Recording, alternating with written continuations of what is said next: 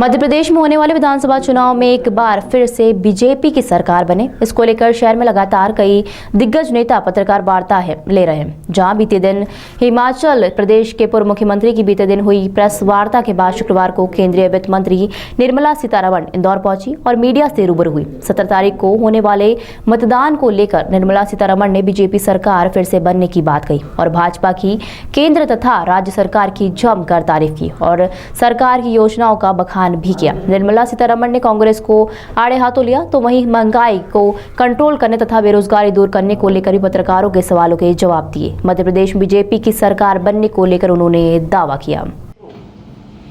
First 2 tracks जून 2024 के अंदर ready हो जाएगा और उसके कारण एंटायर प्रोजेक्ट को 2026 तक होने के बावजूद भी उपयोग में आएगा।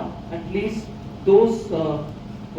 फर्स्ट 2 ट्रैक्स का डिस्टेंस इवन फ्रॉम जून 2024 पूरा खत्म होने के बाद 31 किलोमीटर्स को 28 स्टेशंस के साथ इंदौर का मेट्रो पब्लिक सर्विस में आएगा, जिससे नागरिक को सुविधा होगा और जिस शहर क्लीनेस्ट माना जाता है, स्मार्टेस्ट माना जाता है, उसमें पब्लिक मेट्रो जैसे ट्रांसपोर्टेशन के कारण और पोल्यूशन कम होगा।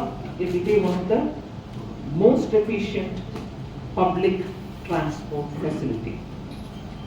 2028 के अंदर पीतमपुर और उज्जैन का भी वाया सावर कनेक्शन होने वाले हैं।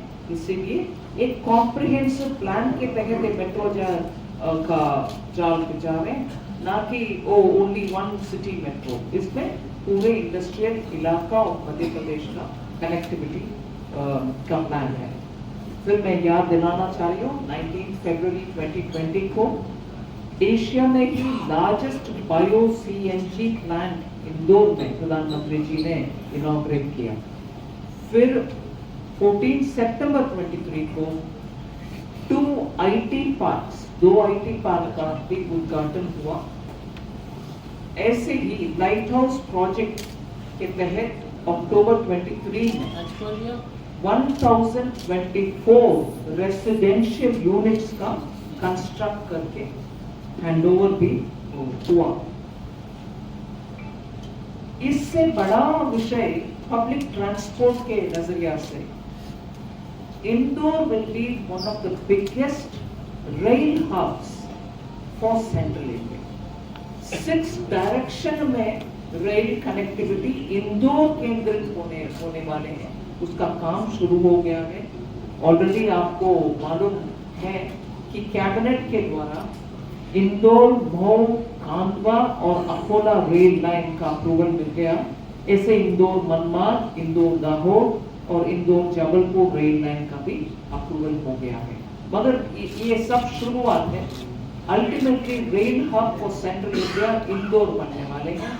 इसीलिए रास्ते में आने के समय हमारे माननीय सांसद जी मुझे रेलवे स्टेशन दिखाते हुए बोले कि we are expanding it, there will be a new railway station also. ये सब इंटरलिंक्ड है कि अल्टीमेटली इंदौर का सेंट्रल ट्रांसपोर्टेशन, रेलवे ट्रांसपोर्टेशन का हब बनाने के लिए जो प्रयत्न चल रहे हैं। बीजेपी के विषय में बोलने के बाद जरूर आपको याद दिलाना चाहती हूँ good governance, corruption free government के विषय जब मैं बोल रही हूँ, आप ऑपोजिशन को देख लीजिए। जब भी एक स्टेट कांग्रेस के हाथ में चले जाता है, वो बन जाता है एक ही परिवार का ATM। उस राज्य का डेवलपमेंट के लिए कोई ध्यान नहीं रखते। उदाहरण आप देख लीजिए, हिमाचल हो, राजस्थान हो, छत्तीसगढ़ हो और कर्नाटका लेटेस्ट एग्जाम्पल। सरकार में आए 6 महीने के अंदर ही उनका इकोनॉमी और फिस्कल लेवल इतना दयनीय स्थिति में आ गए हैं। अभी वो मांग रहे हैं कि और पैसा दो, हमारे प्रॉमिस को हम निभाना चाहिए। आपके प्रॉमिस दूसरे और आकर के पैसा देकर के निभाना है क्या? स्टेट का फिस्कल मतलब टैक्स और उससे आने वाले रेवेन्यू का ध्यान में रखते हुए स्टेट को आगे ले चलना चाहिए। जैसे इधर इतने सारे कार्यक्रम डेवलपमेंट भी और महिला के बेहतरी के लिए, सुविधा के लिए जितना सोशल वेलफेयर और महिला वेलफेयर का प्रोग्राम चल रही है, फिर भी डेट टू जीडीपी के सापेक्ष में ऋण, इसका फिगर मैं कल भी बोली, आज भी बोल रही हूँ, it was more than 31% of GDP. 31% of GDP was only debt earlier. अभी वो कटौती रेगुलरली करते आज एक गुड गवर्नेंस वाली सरकार ने उसको 27% को ले आए. This is how good governance can work, not the way Congress governments have been doing. I'll give promise, but somebody else will have to finance me. I'll run the state, but that state's money will be going over to somebody else, other than those who are living here. इसीलिए ये उदाहरण मैंने इतने सारे states को दिया, और भूलना नहीं है स्लैंड, इफको स्कैम है, अरे स्कैम है. मोसेर बेर मात्र 350 करोड़ का, अगस्ता वेस्टलैंड 2400 का, इफको 600 करोड़ का. आपको ये फार्मर के लिए बोनस देने वाले बाद 1178 करोड़ का. 2009 से कांग्रेस को ये फार्मर लोन वेवर करने वाले बाद, जहां आधा अधूरा छोड़ा 2009 से 14 तक जब यूपीए के सरकार था, वो फुलफिल नहीं हुआ. और मध्य प्रदेश के स्तर पर कांग्रेस के प्रॉमिस, और जब कांग्रेस पावर में था बीच में एक समय, उसका टोटल अमाउंट कुल मिला करके 2009 एंड दिस मिला करके 25,000 करोड़ का फार्मर्स का चीट किया.